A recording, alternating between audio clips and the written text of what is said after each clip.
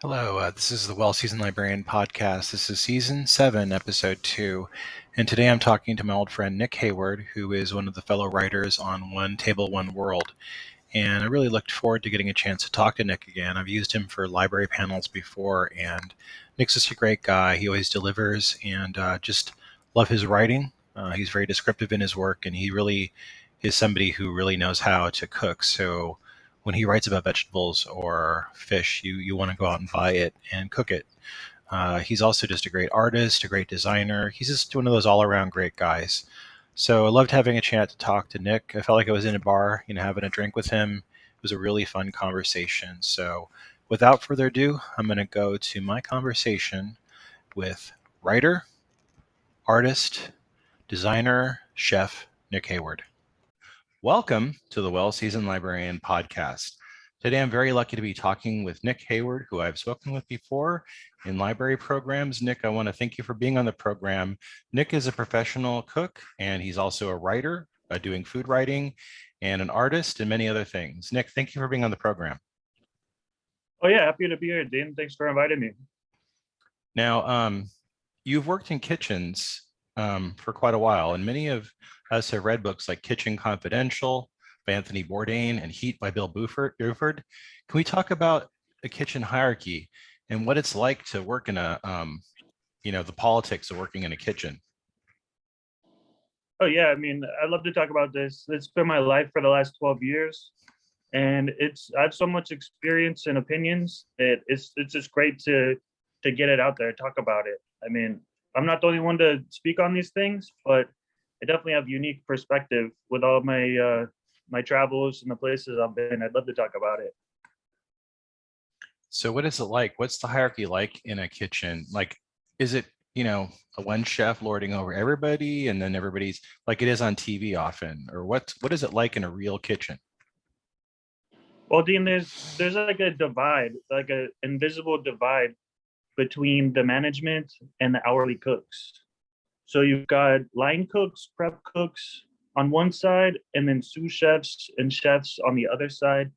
And it's like an invisible line where it's kind of like a free for all on the cook side. And then on the management side, everybody kind of gets each other's backs and like carefully judges situations and kind of makes sure that everything gets done on time. Now, I've seen some kitchens up close in real life, and I've seen a lot of kitchens on TV. When I see kitchens on TV, they always look really huge and have a lot of space. But when I've seen a lot of kitchens up close in real life, they've been a lot smaller than what I've seen usually. Is it usually presented very well on television and films, or is it different in real life? Well, what I've experienced is that if you want to see all that space in a kitchen, it's because you have a very expensive restaurant with a very pricey menu, and they can afford a large space. Like 99% of restaurants, they're just like people sweating on each other because there's so little space. Yeah. Like you have like 2 or 2.5 feet of space to like work in to make like 5 dishes every 5 minutes, like very tightly coordinated, and there's not an inch of free space in most restaurants. Now, I've worked with other guys in different types of jobs, and I know that sometimes there's like a lot of like politics and people kind of getting into shoving matches and yelling at each other. Does that happen in the kitchen? Is it real? Is it like kind of like, are people kind of like always getting along, or is there sometimes difficulties, in the working out, like under a tough situation, a lot of stress? Oh yeah, like I mentioned, it's on the cook side, it's a free for all. So everybody's doing every single thing in their power, like in everything, all the lessons they've ever known, every maybe stimulant or drug they're on, every like every ounce of their strength, they're doing what they can to come up in the industry to become a chef. They're just pushing, shoving, gaslighting, just like trying to get other people out of their space, even if it's destructive or cruel. It's like a dog eat dog profession. It really is. Now, when I go to work, if somebody just quits suddenly or somebody's sick, it creates some imbalances in the work situation. Can it be really kind of messed up for you guys if like somebody calls in sick or somebody quits suddenly? Oh yeah, there's different types of workers out there, and I mean, when you need to hire somebody for a slot, you go through several people. You hire somebody that's perfect, and then they quit. You hire somebody else that's perfect, they just don't show up, don't tell you anything. You find somebody that's not good at all, but they want to stay. You find somebody that's all right, but they can only work half of the time. Like there's always issues. And as far as sickness goes, I mean, myself, as far as like a committed line cook, like I just trained myself to not get sick. Like I really don't think I took a sick day in 12 years. Like if I think I just couldn't afford to. So like my body just like didn't. I mean, I live in a certain way to where I stay healthy because it's like necessity. Yeah, you can't afford to get sick. What is it like for women working in the kitchens? Because I've heard it can be a really macho territory, and a lot of women chefs have been writing recently about the way they're treated in kitchens. Do you see it? Do you ever like see like that in kitchens at all? Like where there's women are being treated good or bad? Yeah, it can have like a fraternal sense to it where the biggest, most macho, most connected person does very well, very easily, and lower down the line, not so much whatsoever.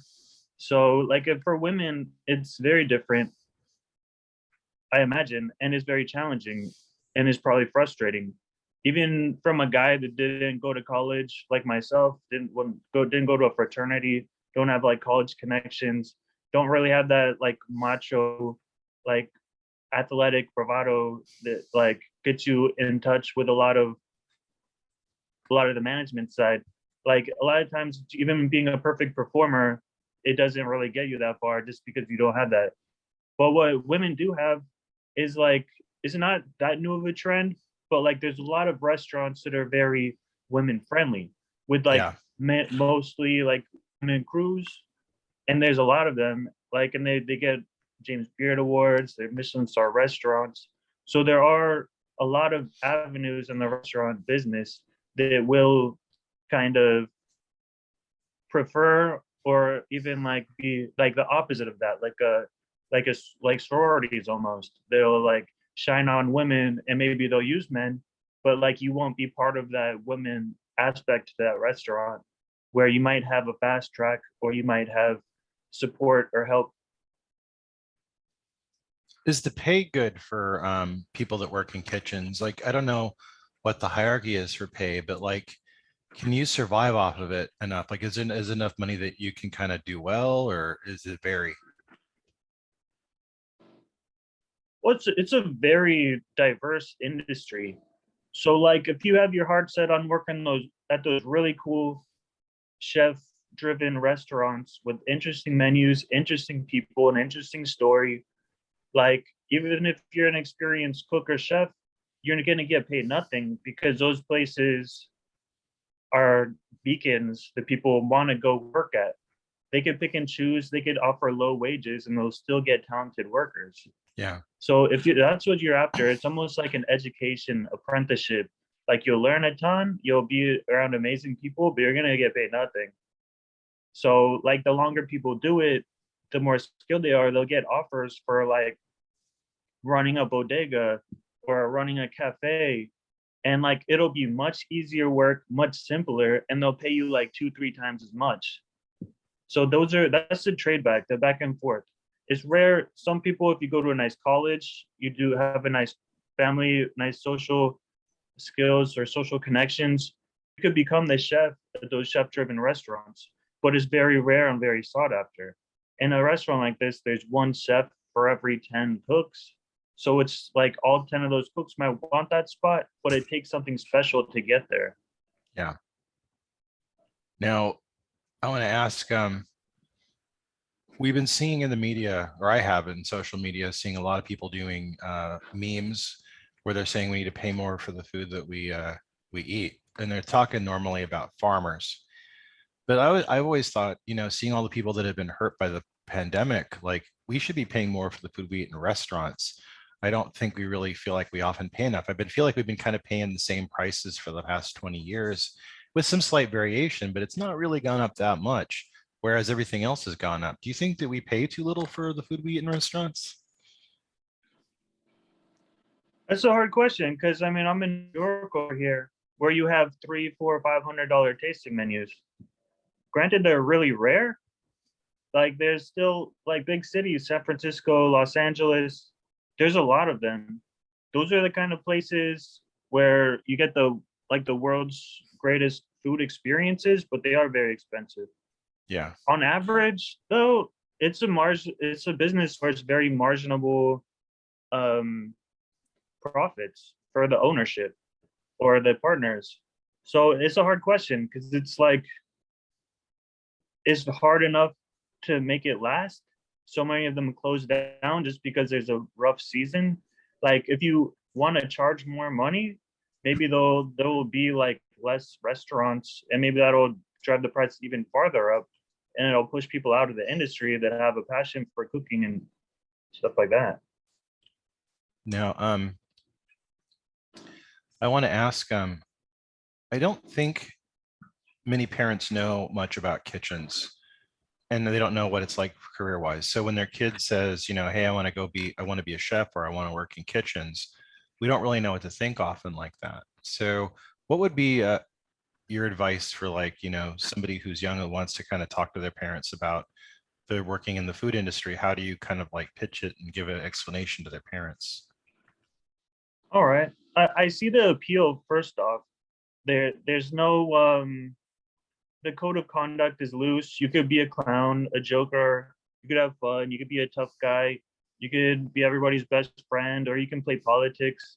It's a very open environment where you're not going to get judged by what you do. The drawbacks are working nights and weekends, low pay. You may not have vacations for the first 10 years of your career. Like all the appeals bring young people to it. But yeah, the parents want kids to go to college so they could have that Monday through Friday normal life, have a family, have vacations, be happy.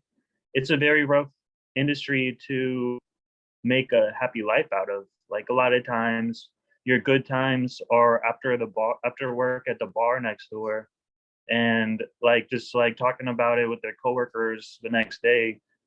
Like it's not a normal job. And unless the parents have a child that they think will not thrive on anything else, like it is a lifestyle. It's something that can give you a life. It is something that's there for a lot of people, for a ton of people. But like for parents with like a bright child that gets good grades, that just like has a passion for cooking, like they could send them to a nice college like the CIA, the Culinary Institute of America. They could have a good, bright, pure career as a chef, but it's still going to be a rough ride where there's a lot of industries where it's much nicer and simpler. I mean, you might think other things are more boring, which they will be, but the culinary industry is very intense and demanding. And that takes a toll on people where like a parent might not want that for their child. Do you get what does somebody who works in a kitchen get for like retirement, medical, vacation? What are those benefits like for somebody working in a kitchen normally, or does it vary? Well, that goes back to the point about the early career working at the cool restaurants and then later in their career, like what do you do? Like a lot of people later in their career, they don't stay at these like chef driven, interesting restaurants. They go work in commissaries, cafeterias. They go start their own small businesses with catering or stuff like that. And those things, they seem humdrum, maybe boring, not exciting, but they pay well. You get retirement packages, you get benefits, you get medical. Like those are the career jobs that like the new cooks, the new chefs don't want to do, But by the time you've done it for 10, 15 years, that's like the life choice that you make. So you could have a family in a future and a retirement. So that's really what you're looking at for retirement on the long run. Now, I've talked to many restaurant owners who've been devastated by the pandemic and some of the regulations that have been imposed in different countries, different cities. And I've also talked to chefs who've lost jobs, line cooks who've lost jobs, bakers who've lost jobs. It's been really hard on so many. It's like kind of like this demographic of our society that's really kind of almost, I feel like, the worst hit by this. And I've just seen so many people impoverished or homeless because of this. What has been your take on what you've seen from the pandemic and how it's affected the food industry? Well, I've seen countless restaurants close down, and those are people's livelihoods. I mean, of course, they're smart and organized enough to open a restaurant. I imagine they're smart and organized enough to fall on their feet and make something else work, even if it's getting like another salary job somewhere else for somebody else. But the thing about it is that so many people pivoted from hourly cooking that not only did the restaurants close because of the no revenue over quarantine, but they also closed down because they just can't hire people. And that's something that I've seen everywhere, where places just can't hire full-time workers that are skilled enough to do what they want to do. So they're having to accommodate that or just close down and open up another operation that can accommodate what they can get. So it's definitely changed the whole landscape quite a bit. So I've had some experience myself working in kitchens and I've had some training, but I've also seen some people, and I've talked to many people on this program even, who just decided to one day open a restaurant. And it's always amazing to me how many people that do it without any previous experience. When you are somebody who works in a kitchen and you have somebody who opens a restaurant with no experience, do you see a lot of conflict coming up there, or does it usually work out? Well, as a cook, that nobody in my family cooks, none of my friends growing up cooks. Like I've really had to be resourceful and put it all together on my own. And part of that is just finding opportunities out of everything I come across. See, I see that as something that's a very low likelihood to succeed because that's just statistics. Even a very experienced restaurateurs have a have like maybe a 50-50 or 25% chance of succeeding. But so like the resourceful side of me would say, this person doesn't know what they're doing. I know a ton about what I'm doing. Maybe I can use what I know to like design the restaurant, design the culinary side of it, put together as far as managing the people, teaching them roles, putting like a culture together. And that gives me a big role, like a big that gives me something. So I mean, you can, just because the owners are not experienced doesn't mean you can't have a successful business. It just like gives other people's chances to fill bigger slots. Oh, good. And Okay. that's a great thing. Like it can really be something important for other people too. I really enjoy reading your writing in One Table, One World. And I really like your perspective as a writer because you seem to have this really great perspective where you can instruct people on how to cook and how to use food.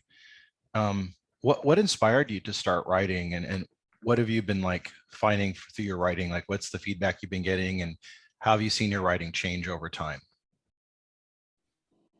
Well, I've gotten into the writing aspect because I spent I spent 10 years researching food stuff on my own, just taking notes, developing my ideas. But my professional work, it was all just like technique and communication and like small menus. So it's like a very small amount of my knowledge was actually being put into use. So I found it like a great way to actually get it all off my mind and onto paper and just like satisfy people not only with my cooking my food but with my knowledge. And I think it's a was a great way to do that, and I enjoy it, and I'm gonna continue to do it for a while because it's just like a passion project that I think should make me some money, make life better, reach people, make friends, make connections. I mean, that's how I met you. I think you're a really Yeah, cool guy to thank you. know, and I think that's just like part of the effect of it. Yeah, I agree. I've met so many wonderful people doing this. It's just been the best community for making friends and like learning from people. It's just been wonderful. Have you considered writing a cookbook or having your own YouTube channel? Well, I've written like about 50 articles, and I have a scrapbook with like maybe 150 more ideas. So my plan is to finish the scrapbook of like 200 ideas, and then see if I can pitch that project to some publishing house. I mean, I don't really want to invest in my own book and then like try to sell it online, because it would just be so embarrassing to like put so much time into something and sell like 100 copies or 50 copies. Yeah. But I think it would be kind of cool if I could actually sell it to some organization. So like right now I'm trying to get into mags and blogs just to have more of a profile, which Yeah. would help me sell a book in the future. But that would probably be like 5 years from now. Yeah. As far as like streaming like on YouTube or making YouTube videos, like that's like a very lucrative thing right now. That's like far more popular than blogging and writing. Yeah. But at the same time, I just don't know anybody that does it. I would want a partner, like a video person or just somebody with the same passion to go back and forth, because it's just like not where I'm coming from. I like watching videos, Yeah. but it's just another step that I don't really feel like taking the leap with. Like, I mean, I lived in Los Angeles, and every other person is trying to make videos, but I don't live there anymore. I live in New York, and Yeah. it's just not as much of a thing here. So like, I don't know any other people to talk about it with, to develop it with. But I mean, it'd be kind of fun because I'm pretty sure I could turn any of my written articles into a vlog. And I think with enough effort and editing and like promotion, it could eventually do well, and it'd be a fun project. But I have not made any steps into making that happen yet.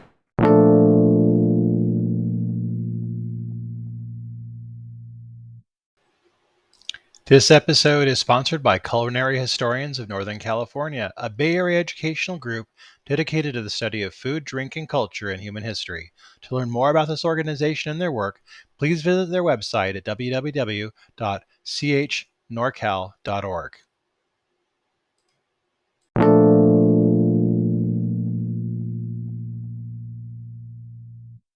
Well, you'll get there, and I think you would be. I really think you'd be a natural, and you'd be really good at it. And considering your writing, what I love about your writing is you really bring to the table some gravitas as somebody who has experience. And it reminds me of have you read the La Hall cookbook by Bourdain? Oh yeah, yeah. I well, Yeah, it's something. I read the audio book.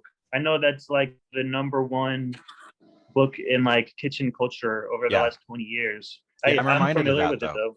Yeah, I'm reminded like you remind me of Bourdain's explanation of stuff. I mean, you're not as colorful as him in like some of his, cuss words and stuff, but like you have a good like real serious like take on things, and I really love that about your writing. Thanks. Yeah, I mean, I love Bourdain too. He was one of the inspirations for me getting into the industry. Like 2008 or so, I was unemployed and watching a lot of his Travel Channel movies, and it was just speaking to me on like several, well, like a bunch of things that I enjoyed a lot. They brought it together, and it kind of helped me pull the trigger as far as like joining a career and going to school for it. So Yeah, maybe that's why, because like he really spoke to me back then, and like I always had a passion for writing, for like for culture, for travel, for food. So he's kind of like a kindred spirit, I would say. yeah, I love him. I miss him every like I think of him all the time, and like he's somebody that I keep like forgetting that he's passed, and I miss him so much. Like I can't believe he's gone. It's just, it hurts. Like, and like, I don't know. It's like really, I don't really bond with many celebrities. You know, most celebrities pass, and I'm like, oh, that's sad. But Bourdain's like hit me like in the stomach when I heard about it. I was like, Jesus, really? So I Yeah, want to he was ask, a rare one. yeah, He's something else. Like he was more than a celebrity. He was yeah, almost like he was like an icon to like he was like a role model for a lot of people. yeah, absolutely. So I want to ask you about your inspiration in creating food. Like, when did you start liking to cook, and like, what inspires you about cooking? What has inspired you? Well, growing up, both of my parents would work, so even when I was like 6, they just said like, "There's foods in the cabinet. Like, if you're hungry, go ahead and make something." And so I was kind of forced to. I started making hamburgers and egg toast with hat, spaghettios, stuff like that. Like maybe since I was 6 years old, and all my friends thought it was weird and bizarre because their mom would be home making them chicken nuggets, and like they would have their fridges stocked with Sprite and Coke and Pepsi. But like I didn't really get soda in my house, but I definitely started cooking pretty young. And I think that's kind of part of what led into me being a chef. Do you have any chefs that inspire you, or types of cuisine that inspires you? I've worked at a variety of restaurants, really, and I've enjoyed picking up lessons from all of them. Something I like the most from chefs, just like you mentioned Bill Buford's book. What was it Yeah, called? heat. Yeah, Heat. Something that they describe in that book is how the chef goes to Italy, works for the grandmother for 2 years, tirelessly learning all of her cuisine, and comes back and brings it back to the big city. And I think that is like it's a trend amongst chefs, and like in a small community of chefs do that. And I think the chefs who do that are the best chefs, the most interesting chefs with the best style. And American food is kind of like a little regurgitated. It turns over and over. It comes from great masters and it's delicious and interesting, but it's just like regurgitated Western cuisine, even if it's like supposed to be something else. So I really admire chefs that go out there and experience something out in the world and bring it back. And I've Wait, worked for a number of chefs that have done this, and they're just like by far the most interesting chefs to work for, ones that have been around the world, or ones that have been to a place and just learned everything. when you cook for yourself or a loved one, what are you likely to make? I well, if I'm cooking for a loved one, I usually try to go a little farther, a little more creative, a little more effort. But whether it's for somebody else or myself, I usually think about the seasons first. Think about what season are we in, and what does that season mean to me as far as cooking goes, as far as food goes. And that's just where I start. I pick out a seasonal ingredient. I think about what condiments and seasonings I have at home. I think about what I've eaten recently, what would taste right, what would taste nice, how to make some little fine point on it that would make it even more interesting or tasty. And I kind of just take it from there. I don't know what I'm gonna cook until it's completely done most of the times, and I just take it one step at a time, see where it goes. I love And that. I've made enough mistakes with trial and error through the days that I could really do well with it. Sometimes, is on a rare occasion, it doesn't come out that well, but almost always it comes out really nice. What's your favorite food memory? Well, that's kind of a funny one. When I was a kid, my mom used to make me and my brother malto meal. It's like a really simple breakfast food, just some kind of ground grain with a little bit of brown sugar. And sometimes if you don't stir enough, it makes these lumps. Yeah, And most kids won't even eat it if there's lumps in it because it's supposed to be smooth. This means you've made a mistake. But in my house, like me and my brother would fight over the lumps. We would count the lumps. And if one of us had more lumps than the other, then we would just like, we wouldn't have it. We would just fight for the rest of breakfast and we wouldn't even eat. Oh man. So that was something that I thought was really cool. My mom learned it from her mother, I think, or her grandmother actually. She used to always have a box of malto meal. It was a very like 1920s, 30s kind of normal thing to do. And I don't see it around that much anymore, but I still kind of like it. I haven't had it for a long time, but I always like the malto meal with lumps and brown sugar. I know. I grew up eating that too. I know what you're talking about with the lumps. I really love those. My wife will buy it occasionally and have me make it for her when she's not feeling very well. So I think a lot of people love it. Yeah, I guess it's like a family favorite. It's a really like around the family table kind of thing with kids. Maybe like it's like comfort food for breakfast. Very easy to make too. Do you ever see chocolate malto meal? I think they had that for a little while. I don't think they have it anymore. I've seen it. I haven't tried it, but yeah, I think it was too far on the sweet side for my family. Like we Yeah. were not even allowed to have, or would not. My parents would not get like the frosted flakes or the cookie crisps. Like it was always just like Cheerios or like hot cereal at my place. What's the last meal you would order or make for yourself if you had one last meal to eat? Well, it might be, it might hinge on the fact that I live near Chinatown right now, Hmm. because my favorite foods right now, it's like there's got to be dumplings. Like there's this Oh, dumpling place called King's Dumplings, and over on the Bowery or over on Allen Street, and they're just so good. Like I get two whole quarts of them, and I'll eat like all of them. So it would probably have to involve dumplings. I'd probably get like a steak, some surf and stir steak, maybe some pasta, maybe some like Thai pasta noodles with like their flavor profile, but there would have to be dumplings involved. And I would probably just finish with the dumplings, eating until I couldn't eat another dumpling. now I want to talk about your artistic work and your design work. You do design work now that you've been getting into. And can we talk about this a bit? Because I'm kind of excited about this topic for you. Yeah, design is like the cook's dream, kind of. Like you want it, some people just want to dominate and then tell people what to do, not work that much and get paid better. But people like me, people actually interested in like the designing dishes, like it's really what you do it for. You learn from people so that someday you could design dishes. And right now I work with a small company with a lot of clients. We It's called the Stocked program by the Three Owls, and it's like a Mediterranean menu that changes every few weeks.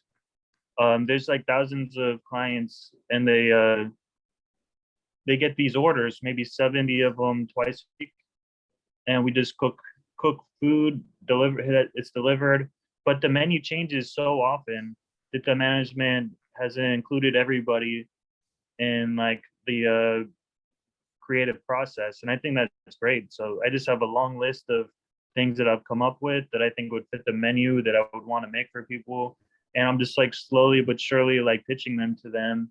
And my food has definitely showed up in their cafe and on the stock program before. So it's kind of exciting to be actually feeding people food that I think is cool, like of my own design. And I really enjoy that. It's much more rewarding than cooking food of other people's designs. It's like kind of a little special. Now, you're also a phenomenal artist. Can we talk about your artistic work as well that we've seen? You've displayed some of it on a few of your articles. And so can we talk about this a bit? Yeah, well, I've been kind of like creative minded since I was a kid, and I thought that I would have a much better chance with my writing if I use my art skills to kind of illuminate the articles, like making some kind of image for them, So I just try to bring all my creative skills together to make a product. And it's kind of challenging. It's challenging because I want to paint and write other things, but I try to bring my painting into the writing. Like I like to paint like architecture. I really like New York architecture, or like portraits with like abstract backgrounds, or kitchen scenes, or just like creative things that have come out of my imagination. And that's kind of why I like it. It's kind of like freeing. It's something I've done a long time, so it's kind of, I get excited and like stimulated doing it, which is great because like, I mean, I can't like go to the bar like every night. I can't Right. go and party like every night, but I can, if I have nothing going on, I could just paint something and I actually have a good time doing it. Now, what kind of medium are you working with, acrylics or oils, or what kind of medium do you use for your painting? I use oil paints, and I stretch some canvases and I just pin them on my wall. So usually I'll have like a couple wet ones drying and like a few other ones that I'm kind of just mulling over and thinking about, like pinned to my wall. And I've got a number of them over at the Coffee Bean over in the East Village. So it's kind of exciting too. It's like sharing my restaurant, my food designs with people. I'm sharing my art with people. It's kind of like a lot of things are coming together for me this year, and it's kind of cool. Now, It's really nice. who are some of your artists that you admire their work, or do you have any favorite artists? That's something that kind of evolves constantly. Of course, I've been to all the big museums, and there's like a bunch of inspiring artists like Rene and Van Gogh and Pablo Picasso. But like I kind of like going to the little studios, the little places where they have just a couple artists that went to art school that are like academic and like hard to figure out, and they just have like some weird stuff that makes you think, and like the artist is right there. It's that connects, I feel like that connects me to the community, to people, to ideas much more. So it's nobody that I could name. It's just something that I've been doing lately. It's just going to smaller places and just connecting with what's like active now, and just people that I can meet and talk to. Now, back to food. Do you have any famous chefs that you admire? Oh, famous chefs. Um, I admire different ones for different reasons. The first one that I want to mention is Gordon Ramsay. Yeah. He's a famous temper, which is not something he invented, but is pretty common in restaurants. Not every restaurant is like that, but I'd say one in three maybe is.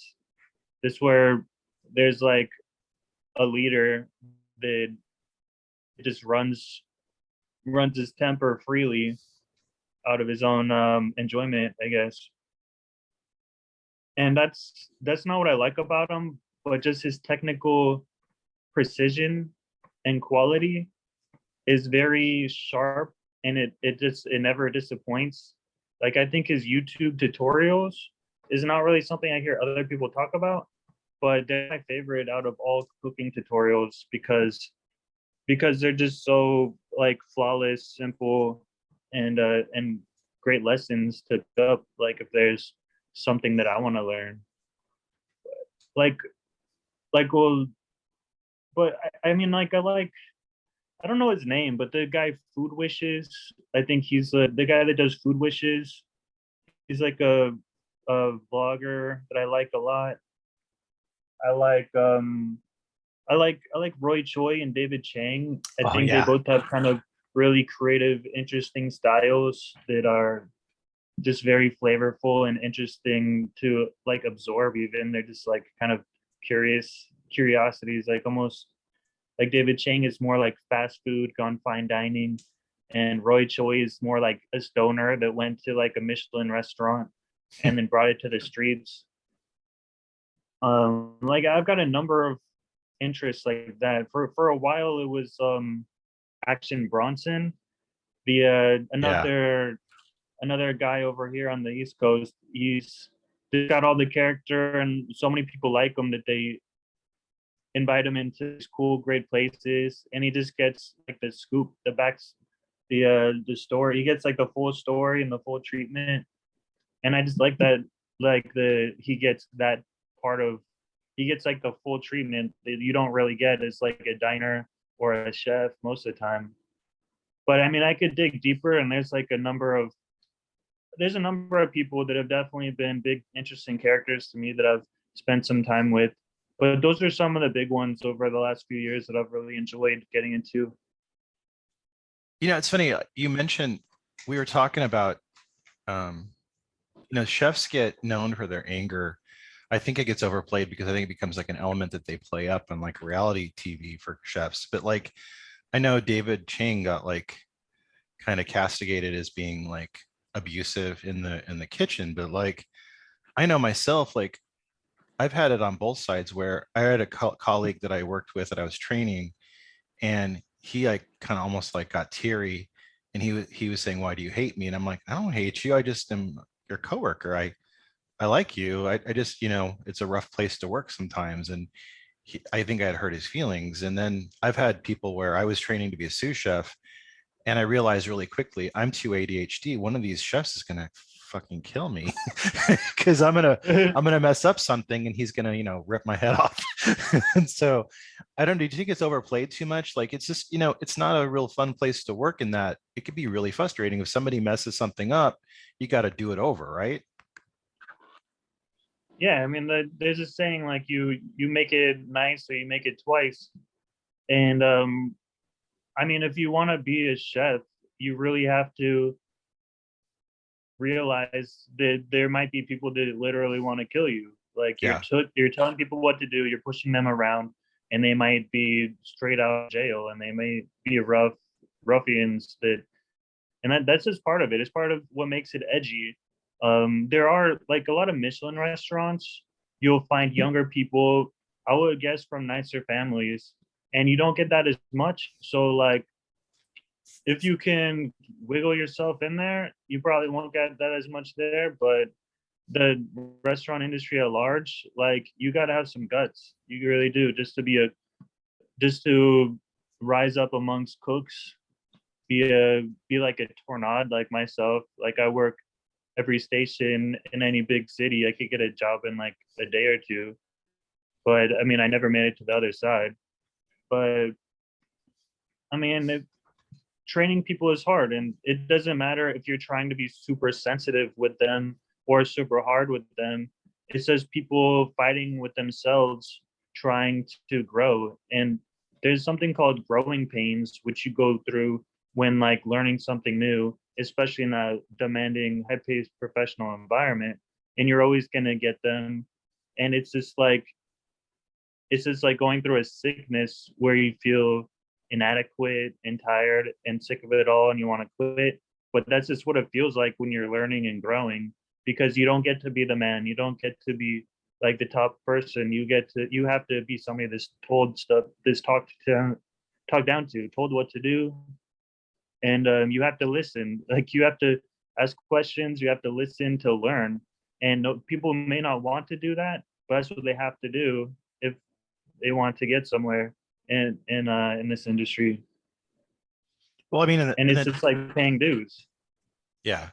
Well, I mean, in the time it takes to explain something to somebody, a plate of food can go cold, right? Or like if somebody's repeatedly not like if you're putting food out on the line and somebody keeps fucking around and not taking the food out and it gets cold or whatever, you could talk to somebody 100 times, but if sometimes it's not going to have the effect that yelling at somebody would have. So like I could kind of see where people would get their feelings hurt sometimes, because like it's something where it's time is of the essence. And whenever you're doing anything where time of the like I've worked in emergency rooms, and in emergency rooms you don't have time to nicely say, oh well, we need to do it this way and explain things. Sometimes it's like, get the fuck out of my way, or do this or that, and you have to like yell at people. And it's kind of like not really the same, but it's also the same, right? Because the time you lose, you could end up having to redo everything all over again. You could have to do 5 plates of food all over again, which is both expensive and time consuming.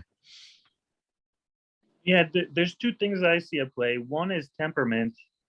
Like if you're just like made of stone, I guess you maybe never get angry. You just wait until you can make your move, and you just say this is as best as it's gonna get, and it's not gonna help getting mad. Then the other thing you could say is that everybody has their limits, and if you're juggling like 20 things already, trying to keep track of them and keeping the whole ball rolling, and somebody is just standing unaware in front of you, you might not have the patience to tap them on the shoulder and tell them to move.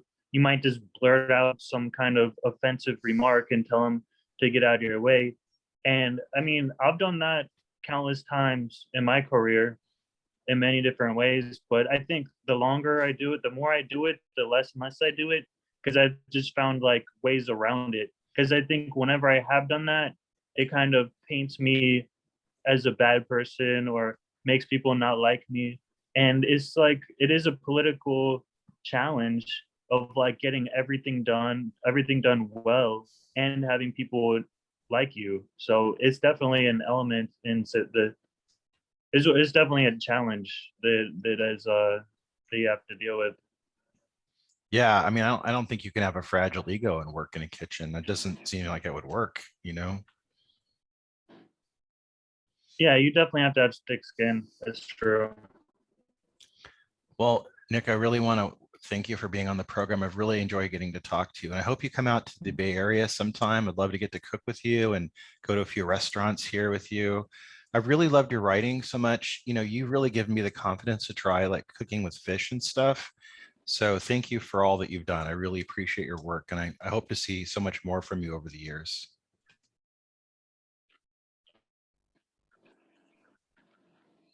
Excellent. Yeah, I hope we do this again soon. And it's great talking with you. And then now you're number second person on the list that I need to visit in the Bay. So I'll definitely be back to visit all the old haunts, the good restaurants, the eateries, a couple bars maybe. And yeah, I definitely look forward to doing this again. Dean, it's so good being on your show today. It was my conversation with friend Nick Hayward, and I really did enjoy getting a chance to talk to him. And I hope he can come out and visit sometime. We can go to some of the local restaurants he used to work at, and some of the bars he used to frequent. On Monday, we're going to have Sophie Minchili, who's going to be on talking about her book, The Sweetness of Doing Nothing. I had a really great time talking to Sophie. She was a wonderful guest, and her book is just really wonderful. It's exciting. It's got a lot of really great photography and art in it, and wonderful recipes that she's kind of curated for the book, and then just her account of living in Italy and their way of living. Really recommend that for Monday. It's going to be episode 3. I hope you have a really great weekend, and I hope you have a chance to have some fun and cook out some good food. If you want to leave a tip, there's a link in the bio that you can buy me a cup of coffee or a pint. And also, we are sponsored by CH NorCal, a wonderful organization that is all about food history here in the Bay Area. And also, you can share this information about the podcast with a friend. Just forward them, the link to the podcast on one of our platforms, iTunes, Spotify, etc. Or you can link to us on social media, on Twitter and Facebook, etc., Instagram. We're on all those platforms, and we're always really welcome somebody sharing our information with others to help spread the word. And also, we want to give a shout out to Asian Man Records, who's let us use their song "Talk About Love" by the band Kitty Cat Fan Club in our intro and outro. Thank you very much once again for letting us use that. If you get a chance, go to asianmanrecords.com. You can find out about the many bands that they host, and also you can maybe buy a t-shirt or a bumper sticker to help promote one of the bands as well. A lot of good vinyl from that company. Give it a shot. Okay, until Monday, hope you all have a great weekend, as I said, and keep cooking. I've been getting